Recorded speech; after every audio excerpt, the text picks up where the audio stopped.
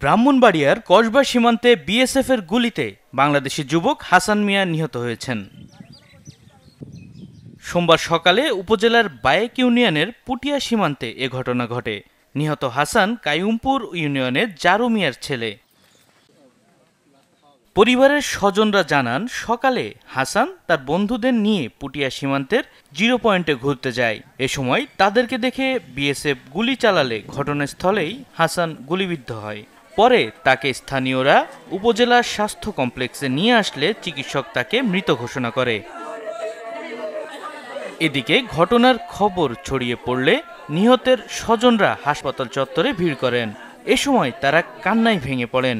তাদের আহাজারিতে এক শোকার্ত পরিবেশের সৃষ্টি হয়। তারা সীমান্তে হত্যা বন্ধ সহ হাসান হত্যাকাণ্ডের বিচার চান।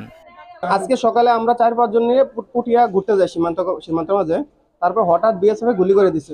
তারপরে আমরা নিয়ে আসলাম হসপিটালের সামনে, হসপিটালে তারপর হঠাৎ মারা যায়। আমার 0 পয়েন্টে আমার ভূত ছিল, কারণ তো কেন আমার ফুলটারে গুলি করলো, আমি এটা মাননীয় প্রধানমন্ত্রীর কাছে বিচারছি। আমার জামাইয়ের মতন যদি আর কেউ এরকম না হয়, আমার জামাই হারাইছে, আমরা পৃথিবীতে আর কত মানুষ হারাইছে।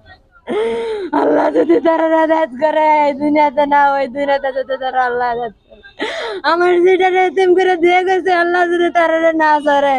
ঘুরতে যাওয়ার পরে ভারতের বিএসএফ গুলি করে।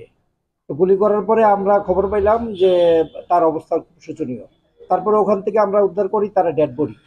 এদিকে ঘটনার পর দুপুরে বিজিবি ও বিএসএফ এর কোম্পানি পর্যায়ে বৈঠক হয়েছে। বৈঠকে বিজিবির পক্ষ থেকে ঘটনাটির আনুষ্ঠানিক প্রতিবাদ জানানো হয়েছে। বিএসএফ এ ঘটনায় দুঃখ প্রকাশ করে অনাকাঙ্ক্ষিত ঘটনা যেন আর না ঘটে সে বিষয়ে আশ্বস্ত করেন। কসবা থানার ভারপ্রাপ্ত কর্মকর্তা ওসি রাজু আহমেদ বিষয়টি নিশ্চিত করে জানান, নিহতের মরদেহ উপজেলা স্বাস্থ্য কমপ্লেক্সে রয়েছে। ঘটনার মূল রহস্য উদ্ঘাটনে তদন্ত চলছে। আমরা সংবাদ পেয়ে উপজেলা স্বাস্থ্য কমপ্লেক্স কসবায় এসেছি। এসে মৃত হাসানের লাশ পেয়েছি। আমরা এটা এখন সুরতহাল প্রস্তুত করে ময়নাতদন্তের ব্যবস্থা করছি। তবে এ বিষয়ে জানতে বিজিবির ঊর্ধ্বতন কর্মকর্তাদের সাথে যোগাযোগ স্থাপনের চেষ্টা করা হলেও তা সম্ভব হয়নি। Desk report, channel 24।